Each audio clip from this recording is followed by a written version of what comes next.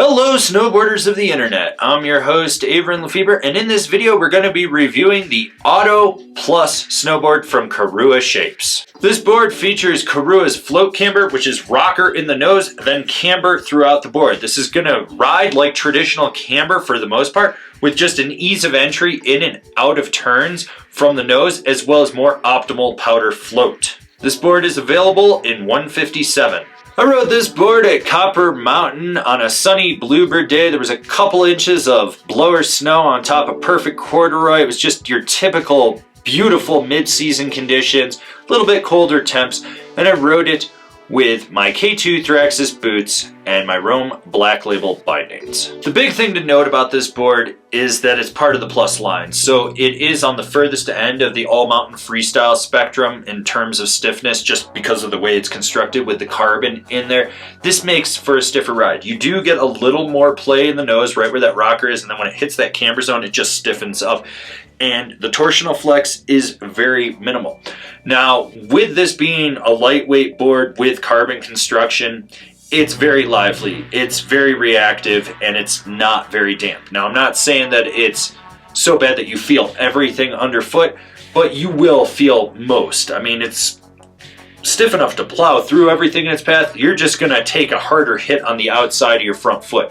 But with that said, it's still a very stable board. You're just going to feel a lot more of that kinetic energy coming up underfoot. It's not the dampest thing out there, but it doesn't need to be. Essentially, this board is basically camber underfoot, so you have to load it up to get it to pop, and when you push down to load that up, you notice that it wants to react. It wants to spring right back into its natural shape. This makes it very poppy. You want to ollie off a roller, go for it. Family of fat skier kids fell in front of you, you're clearing them. You don't have to worry about it. You do need to be calculated though. It's one of those boards that when you do load it up, you've got to be precise. You've got to understand that you're going to pop and where you're going to land and everything. It's not like you're going to pop, pop, pop. It just, you've got to be calculated to understand how you're going to load it, how you're going to engage it. Now when it comes to jumps, this is where this board shines. It wants to boost off the lip. You're hitting a hip, you're going in the air. You're hitting a jump, you're going in the air. You know, you want to get up on a rail, you're going to be able to pop up and land down on it. I don't know why you're ollieing up onto a rail with a board that's got a race base, but you can. This board wants to get in the air, and like I said, it's reactive, so when you load it up, there's just so much spring. It takes it further, higher, deeper. You understand. This is one of those boards that's just going to send it when you need to. When it comes to buttering this board, you've got to manhandle it. You're going to put your weight out into that nose and engage that rocker zone and really just throw your hip out over it to try to press it. When you're on the tail, you're sitting on it. That's what you're doing when it comes to buttering. High-speed buttering, you got to know what you're doing, because if you don't, you're probably going to hook an edge, eat shit, and die. Don't die. Now, when it comes to jibbing, I don't know why you're jibbing on this thing, because it's such a high-end board with a race base, but you can.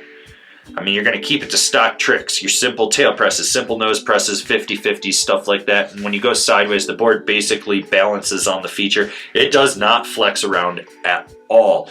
Why would you jib with this thing? I don't know, but if you're one of those guys that wants to, go for it. Do you like to lay a trench and then pop a backside 180 out of it? Good, got the freestyle carving board for you right here. This board is got a quick and easy edge-to-edge transmission from outside the front foot. You notice that, like you can just roll it back and forth, it's going to engage. But when you're driving it, you drive it from inside the back foot, and that's going to change the apex of the carve. When you transition it out to driving onto the outside of the back foot, you'll notice a slight delay. What that actually is it's telling you to drive it harder and go faster, because the second you get rid of that delay, you lose the hooky feeling that you might get from it. That is what this board tells you. It wants to go faster.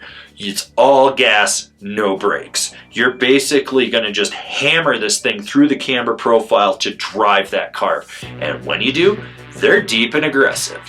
This board lays trenches. You just want to go zip around people in the park so you can hit hips and natural snow features? Go for it. You're on a run.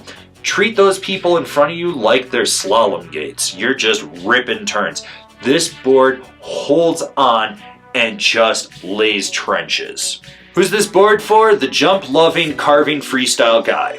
Alright, so it's a livelier version than the regular Otto. It's a more assertive version. You gotta go a little faster on it, I'm not gonna lie. This was actually the second Plus board that I rode from Korua, and I'd ridden the Transition Finder Plus before this. That board my knees took a hammering on. This one was a little less lively and just a hair more damp, so my knees didn't feel it as much. But oh my god, does this thing pop and drive a turn like no other. This board was absolutely phenomenal. This is probably my favorite board in the Plus lineup from them, and it was just super fun to ride. It was just a whole different experience. You started seeing things differently on the mountain. Comparable boards: the Capita Mega Merc, the Jones Ultra Mountain Twin, the Nitro Suprateam. Binding recommendations: the Rome Cleaver, the Ride A9, the Bent Metal Core Pro. This has been my review of the Korua Shapes Otto Plus. Do you agree? Do you disagree? Do you own one? Are you going to buy one? Leave me a comment down below. Let's have a conversation about this snowboard. If you're new here, remember to subscribe, click the bell, get those notifications. That way you're not missing any of the videos we got coming out for all you snowboarders of the internet. And if you really like what we're doing over here and you want to support us further, swing on over to Angry Snowboarder VIP and become a member. Sure, I could tell you more here, but I got a video over there that explains it so much better. As always, I've been your host, Avran LeFeber, and I'll see you in another video.